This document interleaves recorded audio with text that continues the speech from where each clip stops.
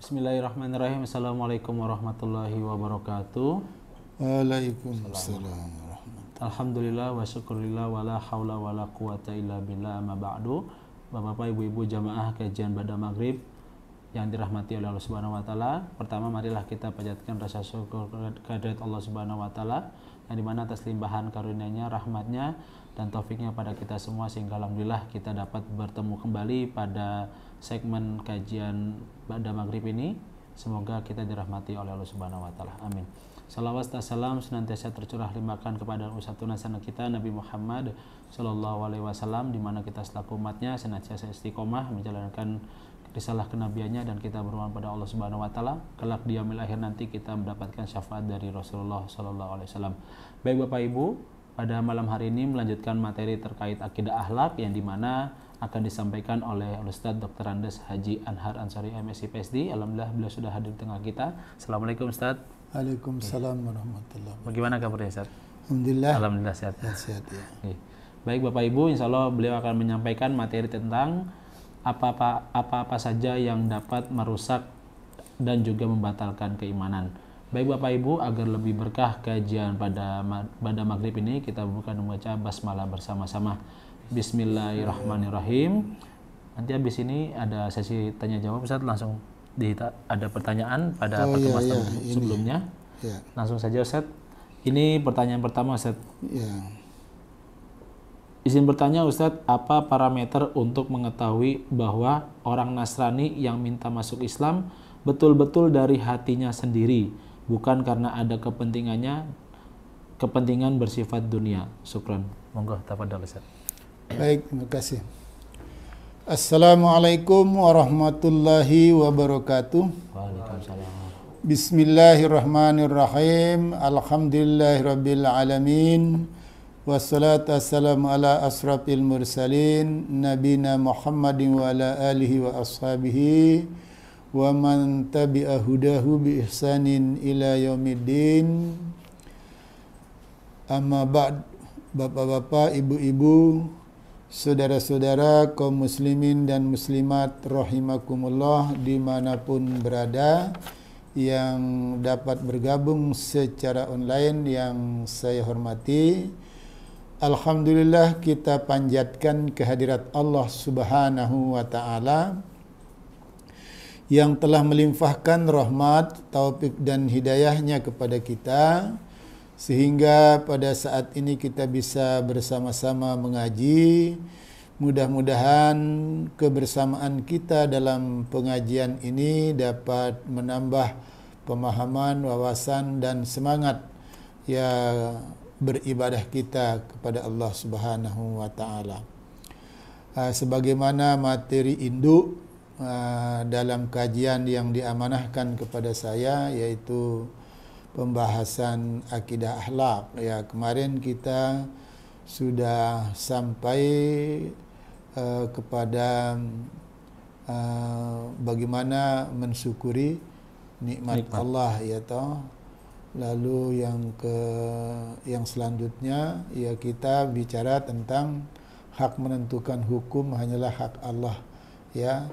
Tidak boleh kita ya berkeyakinan bahwa hak menentukan hukum itu, syariat itu adalah manusia, ya. Kemarin ya, pada pekan yang lalu hari Kamis ya, ada dua pertanyaan yang kalau tidak salah yang belum bisa kita jawab ya, karena waktu sudah habis ya. Pertama, pertanyaan dari saudara Nurul Haqqi ya. Mudah-mudahan bersama kita pada saat ini. Pertanyaannya tadi sudah disampaikan, apa parameter untuk mengetahui bahwa orang Nasrani yang minta masuk Islam betul-betul dan dari hatinya sendiri, bukan karena pada kepentingannya ya yang bersifat dunia. Ya, memang persoalan hati, keadaan jiwa itu ya, keadaan pikiran, keadaan hati seseorang itu selain Allah hanya dirinya yang tahu. Betul, Ustaz. Kita cuma ya bisa menangkap gejala yang ada dalam pikiran, yang ada dalam hati. Ya, lalu juga terkait dengan keinginan seseorang untuk masuk Islam. Masuk Islam. Bagaimana apa parameternya? Ya, parameternya kita hanya bisa menangkap hal-hal yang bersifat zahir, ya, yang bersifat konkret, umpamanya, ya kita kenal sudah lama atau mungkin juga tidak, tapi ya tahu-tahu dia mengemukakan umpamanya ada niatnya untuk masuk Islam, ya.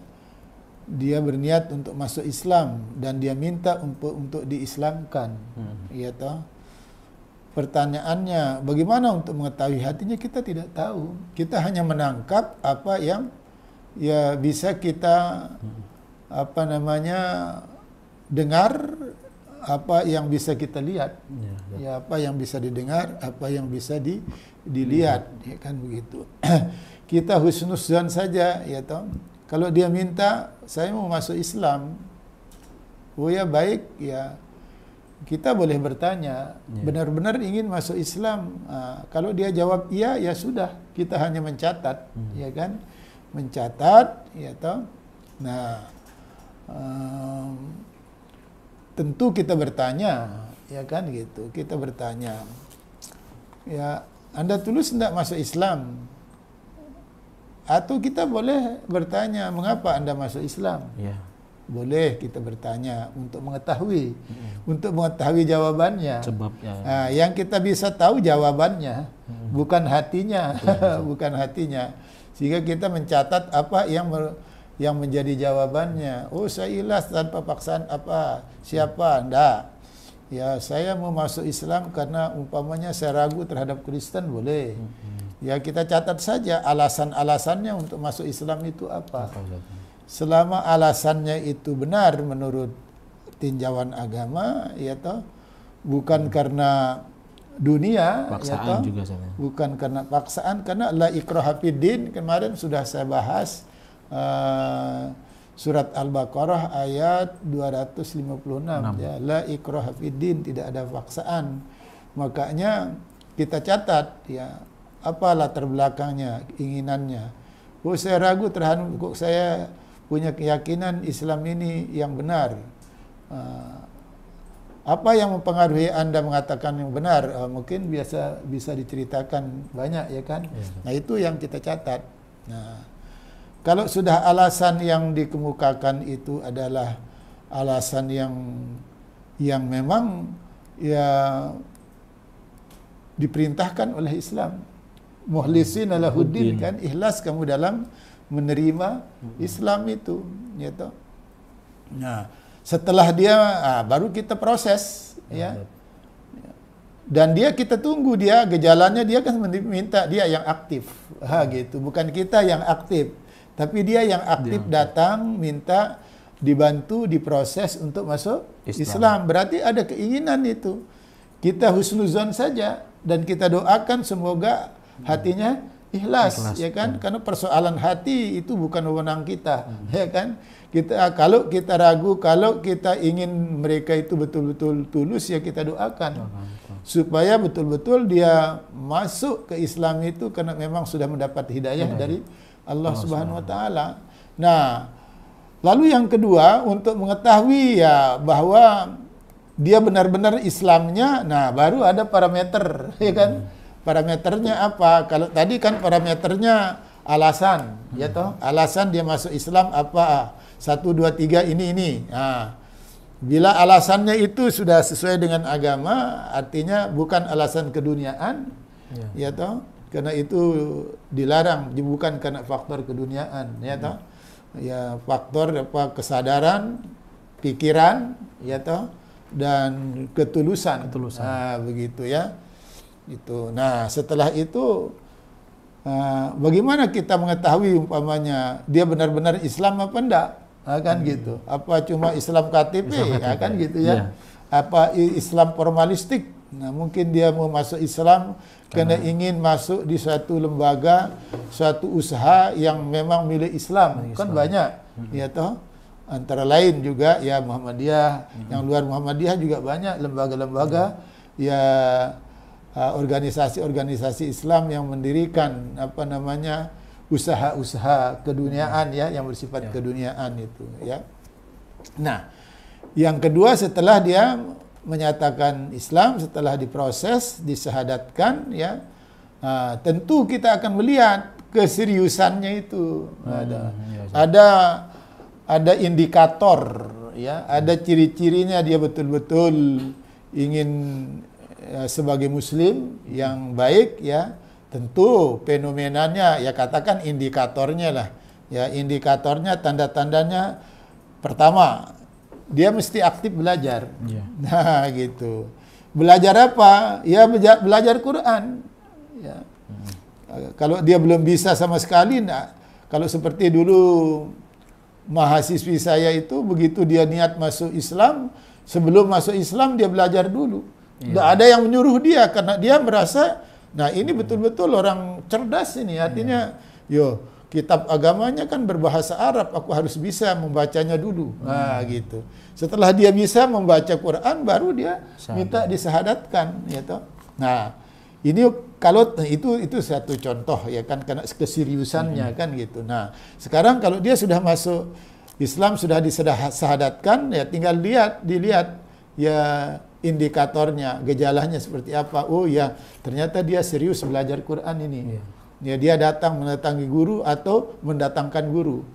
Kalau dia orang punya, ya toh, dia mengundang guru untuk mengajarnya pagi, siang, sore, umpamanya kan. Ya, kalau dia tidak mampu, kena biayanya tinggi, dia mendatangi guru-guru untuk belajar Quran, terus sekaligus belajar sholat. Nah, karena apa? Ya kita kan waktu tak masuk Islam itu kan kita biasanya diberikan pengarahan. Ya, supaya kita berislam itu harus dengan ilmu, ya kan gitu. Ya pahami ya Islam itu dengan baik, ya kan begitu. Nah, pertama ya harus bisa baca ya kitabnya orang Islam, ya kan, Al-Qur'an. Nah, terus kalau dia sudah serius begitu berarti dia tenanan ini, ya kan? Nah, terus kedua belajar sholat, ya kan? Belajar sholat. Bahkan ada orang ya di negara superpower itu dia melihat orang sujud begini kok bagus ya, cuma dilihat itu, dia tertarik dengan gerakan-gerakan sholat kok. Nah, kedua ya dia belajar sholat ya, karena sholat itu ibadah utama di dalam Islam. Ibadah yang paling inti. Nah, gitu. Kalau kita lihat gejala-gejala itu, indikator-indikator itu berarti ini serius ini. Ya toh. Terus yang ketiga cirinya ya rajin mendatangi majelis-majelis taklim, ya pengajian-pengajian ya, di tempat dia tinggal atau di tempat lain, ya kan. Kalau tidak ada di tempatnya dia pergi menghadiri majelis-majelis taklim, ya toh. Nah, itu indikator-indikator orang yang serius untuk masuk Islam. Nah, gitu ya. Jadi bahkan mungkin dia banyak mendatangi ya ustadz-ustadz atau orang-orang yang dipandang paham Islam, banyak bergaul ya, memperluas pergaulannya kepada orang-orang Islam, terutama di kampungnya. Dia secara terbuka, ya kan? Ya toh? Walaupun terbukanya tidak seperti apa namanya Sayyidina Umar ya. Kalau Umar bin Khattab itu terang-terangan. Ya, begitu dia menyatakan Islamnya di rumah Arqam bin Abil Arqam ya pada tahun ke-6 itu dari kerasulan Nabi kita Nabi Muhammad SAW ya, lalu dia izin dalam forum itu, mau kemana, saya mau keluar sebentar. Lalu dia mendatangi apa namanya tempat berkumpulnya ya toh, Abu Jahal, Abu Lahab, CS ya kan gitu. Lalu dia disambut. Nah, lalu dia menyatakan, saya masuk Islam. Untuk apa kamu menyambut saya sekarang? Saya sudah menjadi pengikut Muhammad. Nah, lalu diserbu. Setelah dia berkelebat-lebat, ya, dalam sejarah kita dapatkan ya tersabet juga katanya apa namanya lengannya itu berdarah gitu kan. Terus dia lari ya toh. dengan kudanya, dipacu kudanya ke tempat rumah Arqam. Iya, Gitu. alhamdulillah. Nah, tidak hanya saudara yang terluka, karena banyak yang jadi sahabat-sahabat Nabi termasuk Nabi sendiri kan, Iya. ya banyak dicelakai oleh kafir Quraisy pada Quraisy, saat itu. Abu Jahal dan- Ya, mungkin ada bagian-bagian tubuh beliau yang cacat, ya, yang terluka. Nah, saya juga luka. Memangnya kenapa saya sudah menyatakan Islam saya di tengah-tengah mereka? Karena wah, dia terbuka, tidak mau tereng aling-aling. Nah, itulah wataknya Umar bin Khattab itu seperti itu, nah, gitulah. Nah, kalau toh umpamanya dia benar-benar ya masuk, artinya masuk Islam, ya dia tidak menyembunyikan keislamannya. Ah, gitu, didatangi majlis-majlis taklim di kampungnya yang ada, ya kan, untuk ikut belajar. Nah, itu indikator-indikatornya antara lain. Nah, karena ya memang sikap perilaku itu ya biasanya menunjukkan keadaan batin. Walaupun ya bagi orang dewasa memang sangat pandai berpura-pura, ya kan begitu.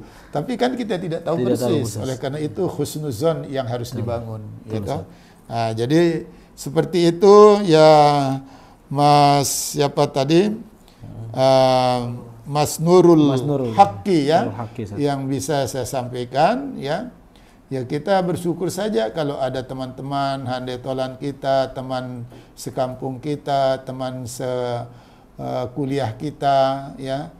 Ya, mau masuk Islam, ya itu harus disyukuri. Jangan dulu nilai batinnya. Kalau dia sudah menyatakan aku mau masuk Islam, sudah alhamdulillah, dia berani ya menyebut Islam, mau masuk Islam, itu kan sudah satu poin, kan begitu. Ya, nanti keikhlasan itu ada prosesnya, kan gitu ya. Oke. Terus yang kedua, nah ini Pak Ustadz, nah mau tanya bagaimana menghilangkan dendam. Ya toh? Menghilangkan dendam. Terima kasih. Ini pertanyaan dari Pak Haryadi, ya. Bapak atau Mas, saya tidak tahu, ya. Ya. Baik, ini pertanyaannya. Yang jelas pertanyaannya, apa itu dendam? Ya, dia harus paham dulu, ya toh. Apa itu dendam? Dendam itu satu keadaan hati yang ingin membalas apa yang dibalas, kejahatan, ketidakbaikan orang lain dan lain-lain. Nah, ini ya. Nah, bagaimana cara menghilangkannya? Ini cara menghilangkannya. Ya, kalau terapinya menurut saya kan gitu ya. Ya. Pertama yang harus kita ingat bahwa dendam itu tidak menyelesaikan masalah. Ya toh? Dendam itu tidak akan pernah menyelesaikan masalah. Ya. Terus yang kedua, justru sebaliknya hati pikiran kita akan menjadi bermasalah. Nah, itu. Ini yang harus kita ingat. Apa toh? Ya, walaupun ya memang di dalam Quran itu disebutkan, ya di dalam hadis juga disebutkan, intinya watbi isayatil hasanah. Ikutilah kejelekan, kejahatan orang itu dengan kebaikan, bukan dengan dendam. Sekali lagi, dendam adalah keadaan jiwa yang ingin membalas, ya toh, ketidakbaikan, kejahatan orang lain. Nah, gitu ya. Semakin tinggi dendamnya, ya, semakin tinggi pula keinginannya untuk membalas ya kejahatan itu dengan kejahatan. Membalas ketidakbaikan dengan ketidakbaikan. Nah, ini memang dilarang oleh agama, dilarang oleh Allah Subhanahu wa taala, ya toh? Nah, oleh karena itu pertama tadi saya katakan, kita harus ingat bahwa membalas ya kejahatan dengan kejahatan tidak menyelesaikan masalah. Ya, justru sebaliknya akan memperbesar masalah.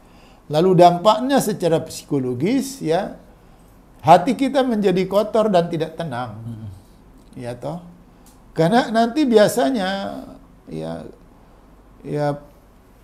balas dendam itu akan berkembang, saling balas membalas. Nah, gitu loh. Tidak mau kalah. Ya, makanya kalau kita kembali kepada Islam, balas dengan kebaikan. Ya, saya berikan sedikit tahapnya ya. Pertama, pikiran kita bahwa ternyata membalas kejahatan dengan kejahatan tidak menyelesaikan masalah, justru menimbulkan masalah baru. Betul. Ya toh. Terus yang kedua, ya akan bermasalah kepada pikiran dan hati kita. Ya, apa? Tidak akan mungkin tenang. Tidak akan mungkin. Itu kita membalas satu dengan kejahatan itu, akan hati kita akan tenang, itu tidak mungkin. Ya toh. Ini yang harus kita ingat. Tidak ada gunanya lah gitu ya, tidak ada gunanya. Nah, terus ketiga ya, kita perlu mengingat bahwa kita ini bersaudara. Ya toh? Kita ini bersaudara. Ya toh? Bahwa baik kita saudara sesama agama, ya.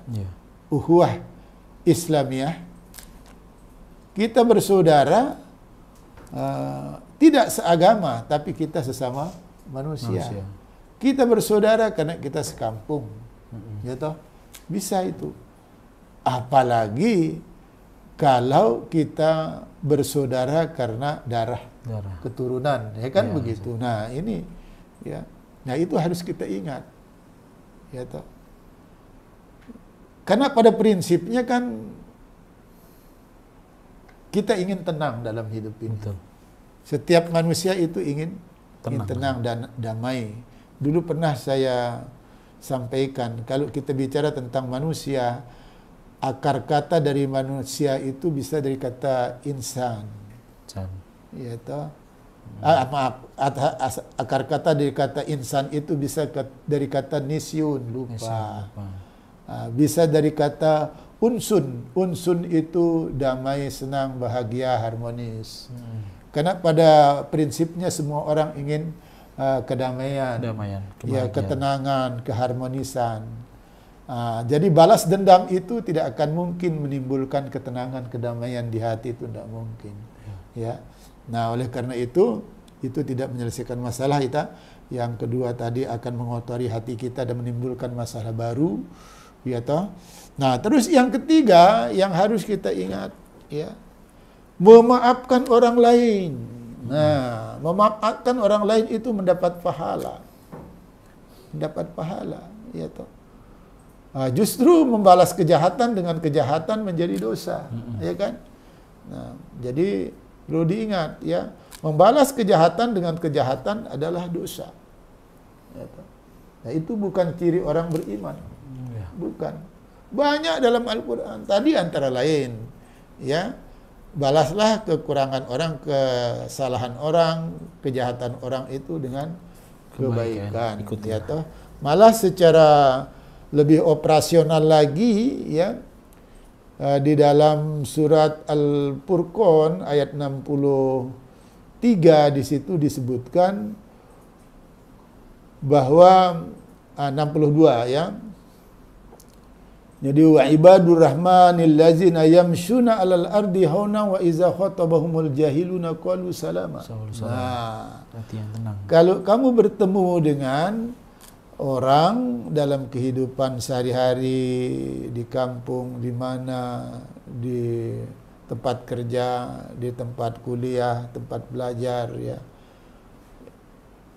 balas, ya, ketidakbaikan orang itu dengan qalu salama, ungkapkan kata-kata yang membawa keselamatan, ya, yang membahagiakan, yang menyenangkan, walaupun dia dengki kepada kita. Nah, balas dengan itu. Itu secara praktis begitu di dalam surat Al-Furqan ayat 62 itu nanti bisa ditengok itu.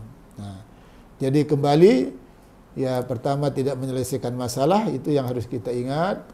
Kedua akan menimbulkan masalah baru. Ya, betul. Ya, ketiga akan melahirkan ketidaktenangan dalam hidup kita.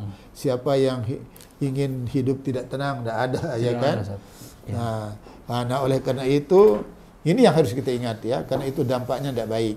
Nah, lalu yang keempat itu yang kita doakanlah mereka, malah, ya toh, kita doakan, ya, semoga dia, ya, sudahlah, ya, tidak usah berbuat yang tidak baik lagi, tidak usah menyinggung perasaan orang lagi. Kita mohonkan kepada Allah supaya dia mendapatkan petunjuk. Nah, jadi begitu. Ya, ini sudah dipraktikkan oleh Nabi juga. Dulu pernah saya sampaikan, waktu Nabi berdakwah ke Taif ya, dibalas itu belum mulai sudah diusir kok mereka Nabi itu. Ya. Tapi kejahatan orang Taif itu tidak dibalas dengan kejahatan. Tapi Nabi prihatin dan berdoa, Allahumma hdi liqaumin fa innahum la ya'lamun. Ya Allah, berilah petunjuk kepada kaum saya karena dia belum memahami kebenaran yang akan saya sampaikan. Nah, jadi seperti itu ya, kita doakan mereka. Nah, insya-Allah ya toh. Ya mungkin suatu saat ya, memang ada juga pepatah menyatakan, patah harap itu ya, kalau kita membenci orang jangan berlebihan, kalau kita senang pun juga jangan berlebihan ya. Itu juga ada ya toh. Tapi kita harus mengerem ya ketidaksukaan kita itu. Saya tuh mencoba ya toh melakukan bagaimana supaya Allah, kita berdoa kepada Allah yang Maha Pengasih lagi Maha Penyayang, yang Maha Pengatur hubungan antar manusia, ya kan? Kita mohon kepada Allah, ya Allah, ya jauhkanlah hati saya dari rasa benci, rasa dendam, rasa buruk sangka, ya rasa sombong. Karena semua rasa itu ya akan menodai hati kita, mengotori hati kita, ya merusak pikiran kita, mengusir ketenangan hidup kita. Nah, itu jelas itu. Nah, saya pikir itu ya mungkin kiat-kiat ya untuk apa namanya menghilangkan dendam. Menghilangkan dendam, mengingat dampak negatifnya gitu kan. Mengingat dampak negatifnya kepada diri kita, kepada orang lain. Ya gitu ya. Jadi orang yang tadi umpamanya berbuat salah, berbuat jahat kepada kita itu akan semakin bertambah kejahatannya kalau kita balas dengan kejahatan. Ya toh? Baik itu kejahatannya kepada kita itu bersifat materi maupun ya bersifat, mungkin bersifat rohaniah juga bisa. Bersifat etika gitu yang kurang baik, ya kan begitu. Ya mungkin menyinggung perasaan kita, ya kata-katanya atau sikap tingkah lakunya meremehkan kita, atau mungkin dia memfitnah kita, ya kan begitu. Nah, oleh karena itu kita juga ya berlindung kepada Allah ya dari apa? Dari semua ya orang yang ingin memfitnah. Nah, kan begitu. Saya juga kadang berdoa juga begitu. Ya Allah. Ya Allah, berilah petunjuk kepada siapapun saudara-saudara saya, baik seagama maupun tidak, yang ingin memfitnah hamba. Jauhkan hamba dari fitnah. Kan begitu. Ya toh. Jadi seperti itu. Saya pikir itu ya jawaban saya kepada siapa tadi? Haryadi. Haryadi, semoga dapat dipahami ya, sehingga ya kita jangan intinya membalas kejahatan dengan kejahatan, tapi sebaliknya membalas kejahatan, ketidakbaikan dengan kebaikan. Kenapa? Karena tadi ada 4 hal dampaknya ya. Pertama dalam diri kita, dan lebar nanti akan menimbulkan masalah baru. Hubungan sosial kita akan semakin terancam gitu ya. Ya jauh, nah gitu ya. Saya pikir itu. Oke, selanjutnya ya, ini kita lanjutkan faktor-faktor yang juga mengganggu atau merusak ya, katakan begitu ya, tauhid kita ya. Yang selanjutnya yang ke-18 itu ya, mengkafirkan orang Islam. Nah, ini juga tidak boleh itu. Ya. Atau menghalalkan darahnya, atau tidak mengkafirkan, bukan mengkafirkan, mungkin bahasanya tidak menyatakan kafir orang yang memang kafir, ya kan begitu. Cuma tidak boleh kita mengkafir-kafirkan orang kafir. Nah, itu yang tidak boleh. Nanti cenderung terus mencela, mencaci maki, jadinya begitu ya. Jadi mengkafirkan orang Islam. Nah, mungkin karena begini. Kita kadang-kadang, nah ini perlu kita menahan diri ya, supaya kita tidak berlebihan bersikap. Soalnya begini, nanti sikap itu bisa menjadi Tuhan kita. Ya toh, artinya apa? Kalau kita tidak menahan diri untuk jangan sampai bersikap yang berlebih-lebihan. Nah, kan begitu ya. Makanya umpamanya ada orang Islam, ya teman kita atau sahabat kita atau orang satu kampung kita hanya kenal biasa-biasa, ya. Dia Islam, ya, tapi ya jarang sholat, nah, jangan dikafirkan, jangan. Paling-paling ya Islam yang asi, Islam yang maksiat itu kan dia. Tapi jangan dikafir-kafirkan, tidak boleh. Makanya di di dalam Islam, ya toh, kita tidak boleh saling mencela tentang agama juga tidak boleh, ya toh. Tapi mengkafirkan orang yang Islam itu juga tidak boleh. Ya, yang menentukan orang kafir itu Allah, tapi ada ciri-cirinya orang kafir, nah, kan begitu. Ya, toh. Cuma kalau kita berbicara tentang, tapi mengkafir-kafirkan itu yang tidak boleh, orang Islam kita kafir-kafirkan. Walaupun ada ya maaf di dalam hadis Nabi disebutkan, man tarokas salat faqad kafar. Siapa yang meninggalkan salat maka kafirlah dia. Nah, kan gitu ya, kafirlah dia. Ya, artinya bisa kafir dalam arti dia keluar dari Islam, bisa dalam arti kafir dia tertutup dari rahmat Allah, ya, kafir dalam arti dia mengingkari perintah Allah Subhanahu wa taala. Ya toh. Jadi bagaimana sikap kita? Ya justru ya kalau kita lihat ada orang Islamnya Islam KTP, ya toh. Bahasa kita itu kalau bahasa Jogjanya Islam abangan. Nah, gitulah. Islam abangan itu sama dengan Islam KTP, ya toh. Nah, ada yang kurang dalam dirinya itu, dalam arti apa? Dia mengaku Islam tapi tidak menjalankan Islam. Lalu kita katakan kafir kamu. Nah, ini tidak boleh. Selama dia masih ya mengakui syahadatain, ya toh, gitu sebagai syahadahnya, sebagai perjanjiannya, sebagai pengakuannya, tidak boleh kita menyatakan dia orang Islam itu jadi kafir karena perbuatannya yang tidak sesuai dengan Islam. Makanya ada istilah Islam asi, Islam tapi dia maksiat, maka berdosalah dia, ya kan begitu, ya toh. Lalu menghalalkan darahnya juga tidak boleh, ya. Yang bisa menghalalkan darahnya karena satu sebab apa? Sebab hukum yang telah ditetapkan oleh Allah. Nah, jadi begitu. Umpamanya ya, menjadi halal darahnya ya karena dia mengalirkan darah dengan jalan yang tidak hak. Ya toh. Jadi seperti makanya wala yaqtuluna an-nafsallati, ya, jangan kamu membunuh suatu jiwa ya illa bil haq, kecuali dengan cara yang hak. Nah, jadi begitu.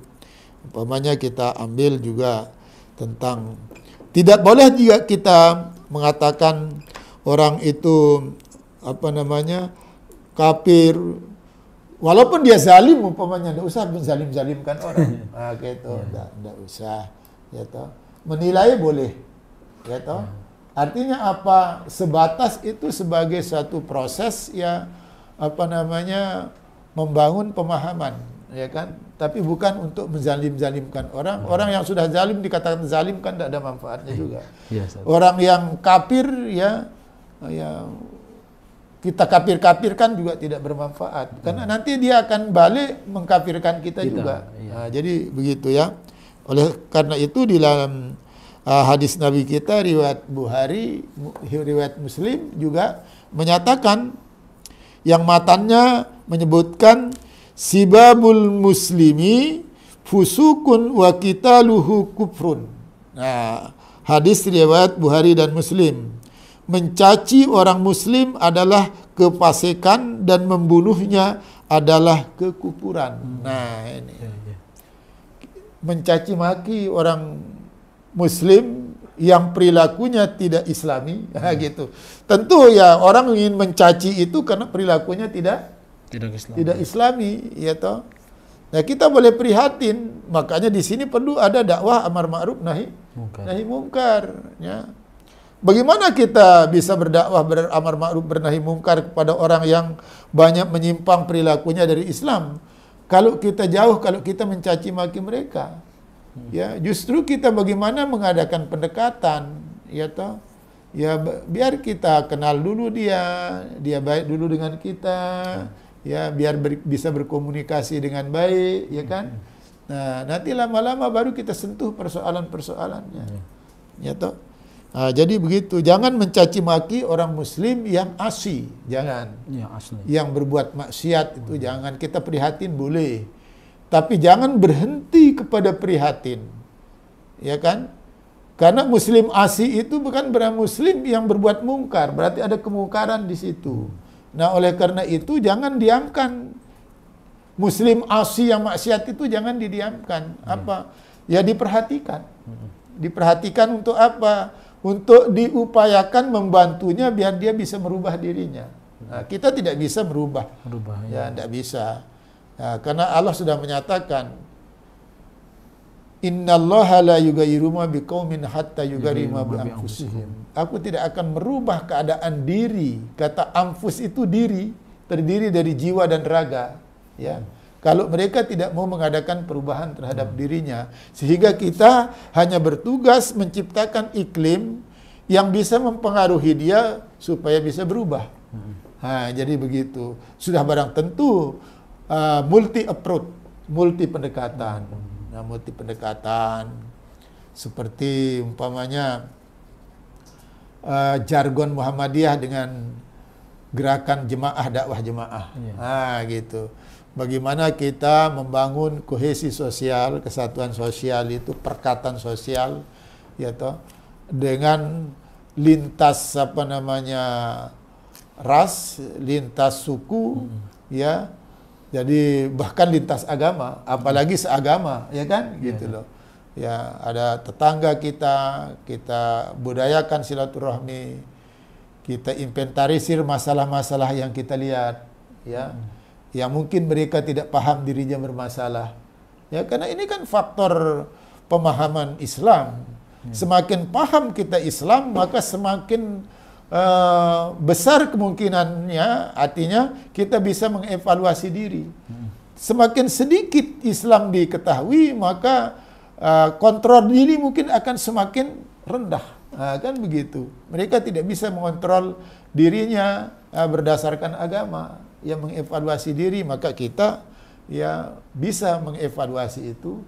Oh, ini tetangga saya lihat ini ya ibadahnya cuma sekali seminggu, cuma Jumatan saja dia berangkat, ya kan.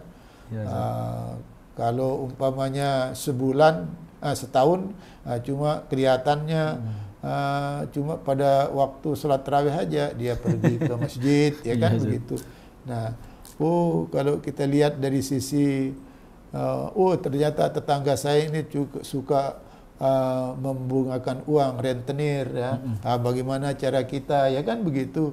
Ada juga mungkin tetangga kita yang selalu terpaku dengan dunia, tidak pernah ya memperhatikan ya agama. Nah, ini bagaimana? Ya kita adakan hubungan dulu dengan baik, nyata, untuk mengetahui lebih jauh keadaan yang sesungguhnya. Nah, jadi begitu, ya. Nah, setelah itu baru kita mulai, ya toh. Jangan karena dia, itu orang bengkung, oh itu Islam pinggiran, oh itu Islam maksiat, oh Islam itu tidak bermutu. Nah, ini justru menjauhkan mereka dari kita, ya toh. Nah, makanya ini konteksnya dengan dakwah, ya. Ingat jargon dakwah Muhammadiyah itu menggembirakan, ya toh. Jadi begitu, ya. Kita kembali, ya, bahwa mencaci maki orang Muslim adalah kefasikan. Nah, artinya keluar kita dari garis ketentuan gitu, ketentuan syariat. Nah, kalau kita mencaci maki, atau dan membunuhnya adalah kekafiran. Oh, luar biasa itu. Ya, toh. Membunuh dengan jalan tidak hak. Gara-gara cemburu, ya, calon istrinya diajak bicara sama laki-laki lain, Dibunuh. wah, marahnya minta ampun umpamanya. Nah, ini dengan jalan tidak hak, ya. Iya, Nah, oleh karena itu ditegaskan lagi ya oleh Nabi kita, la yarmi rajulun rajulan bil puskin, ya, awil kufri illar taddas alaihi illam yakun sahibuhu kazalik. Jika seseorang menuduh orang lain fasik, nah ini juga tidak boleh kita mengatakan, atau kafir, padahal tidaklah dia mempunyai sifat seperti itu, maka kefasikan dan kekufuran akan kembali kepadanya, ya, kepada orang yang menuduh, ya toh. Ini hadis juga hadis riwayat Bukhari, ya. Jadi begitu, jangan sampai kelemahan orang itu ya mengakibatkan kita bereaksi, menilai, ya, mencemooh. Ini tidaklah dibenarkan dan itu bertentangan dengan tauhid. Bertentangan dengan tauhid, ya. Baik, karena ini saya mendengar sudah suara azan ini, ya. Iya, Ustaz. Nah, hanya azan yang membatasi kita bicara, ya kan? Nah, kita begitu mendengar Allahu Akbar, Allahu Akbar. Nah, jadi azan al-i'lan biduhulil waqti shalah. Pemberitahuan bahwa waktu salat telah tiba, kaitannya pemberitahuan itu dengan aktiviti, ya, kegiatan. Maka semua kegiatan kita opkan. Nah, kita bersiap-siap untuk munajat kepada Allah Subhanahu wa taala. Cekap semanten Bapak-bapak, Ibu-ibu, saudara-saudara, ya, atur saya semoga bermanfaat untuk kita semua. Amin. Yang intinya tadi saya menjawab 2 pertanyaan, semoga ya dapat dipahami, ya, atas segala kekurangan dalam penyampaian saya malam ini. Saya mohon maaf yang sebesar-besarnya. Billahi fi sabilil haq wa fastabiqul khairat. Assalamualaikum warahmatullahi wabarakatuh. Waalaikumsalam warahmatullahi wabarakatuh. Jazakumullah khairan katsiran kepada Al-Ustaz Dr. Andes Haji Anhar Ansori, MSc PSD, yang sudah menyampaikan materi yang insya Allah tentunya bermanfaat untuk kita semua. Dan tentunya apa-apa yang tadi disampaikan oleh Ustadz Anhar tadi dapat menambah keimanan kita, juga ketakwaan kita kepada Allah Subhanahu wa taala. Dan tentunya kita doakan selalu kepada Ustadz dan juga keluarga, semoga diberikan kesehatan selalu oleh Allah Subhanahu wa taala, agar beliau bisa memberikan ilmu-ilmunya kembali kepada kita pada pertemuan-pertemuan selanjutnya. Baik Bapak Ibu, karena waktu sudah Isya, maka tidak ada pertanyaan, mohon maaf. Maka kita tutup kajian Ba'da Maghrib ini dengan baca hamdalah bersama-sama. Alhamdulillahirabbil alamin, dan doa kafaratul majlis. Subhanakallahumma wa bihamdika asyhadu an la ilaha illa anta astaghfiruka wa atubu ilaik. Terima kasih Bapak Ibu. Demikian billahi fisabilil haq wa fastabiqul khairat. Assalamualaikum warahmatullahi wabarakatuh. Waalaikumsalam.